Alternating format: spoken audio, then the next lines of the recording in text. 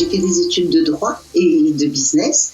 Et donc, j'ai commencé ma vie professionnelle au sein du conseil en entreprise, du conseil en stratégie, en finance. Et un jour, j'ai switché vers le monde des ONG. J'ai d'abord eu la chance de travailler dans le dialogue entre les humains, puisque l'idée était de créer un congrès avec 100 rabbins et 100 imams du monde entier et de faire dialoguer ces deux représentants de religion.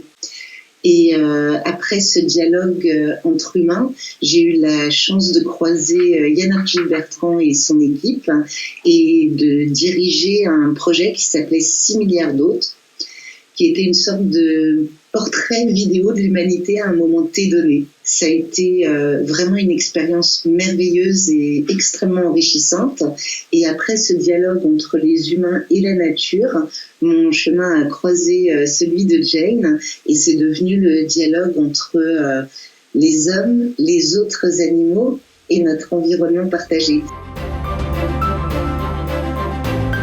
Eh bien, le Jane Goodall Institute, il a été créé par Jane au départ en se disant, elle, c'est, je crois, quelqu'un qu'on peut dire aujourd'hui une icône de la protection animale, mais très très vite, elle s'est rendue compte que pour protéger la faune sauvage, il fallait protéger son environnement. Donc, en ce qui concerne les chimpanzés sauvages, les forêts équatoriales africaines, et que tout ceci ne pouvait être fait que par, pour et avec les populations locales. Et donc, ça va vraiment être une des caractéristiques et vraiment l'ADN du Jane Goodall Institute, comme vous le mentionniez, cette approche, j'ose à peine dire holistique, tant le mot est galvaudé aujourd'hui, mais cette approche globale, le fait de dire que tout est interconnecté dans le vivant, tout est lié, et Jane utilise cette allégorie que je trouve absolument merveilleuse, qui est de dire c'est comme une tapisserie du vivant. Des fils peuvent s'étioler.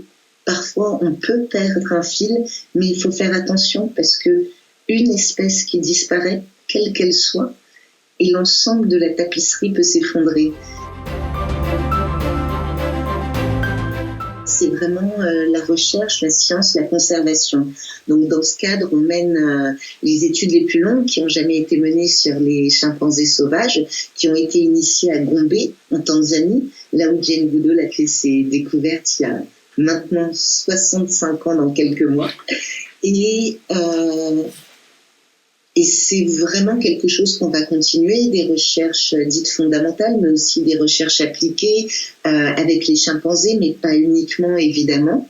Nous avons plusieurs centres de recherche internationaux et au-delà de ça, notre approche de conservation, comme je vous le disais, elle est globale, mais elle est aussi extrêmement locale, dans le sens où on va vraiment s'adapter à la situation sur place. C'est pour ça qu'on a créé des sanctuaires. On a le plus grand sanctuaire de chimpanzés d'Afrique qu'on gère, mais au-delà de ça, qui est au Congo, qui s'appelle Chipunga, mais on en a d'autres. On a des réserves naturelles ouvertes qu'on va co-diriger, on a des parcs nationaux dont on va s'occuper, on va vraiment s'adapter en fonction de la situation locale. Donc ça va être le premier axe, recherche, science, conservation. Le deuxième, ça va être le plaidoyer, parce que pour faire avancer les lois, il est extrêmement important de pouvoir accompagner les législateurs au niveau national, comme au niveau régional, comme au niveau international. Et c'est ce qu'on fait beaucoup. On le fait beaucoup de façon très discrète, fidèle à qui nous sommes. Jane Goodall est messagère de la paix auprès des Nations Unies. C'est un titre qui lui va, je trouve, merveilleusement bien. Et il y a également un pôle de sensibilisation et d'accompagnement des jeunes qui veulent agir pour un monde plus durable.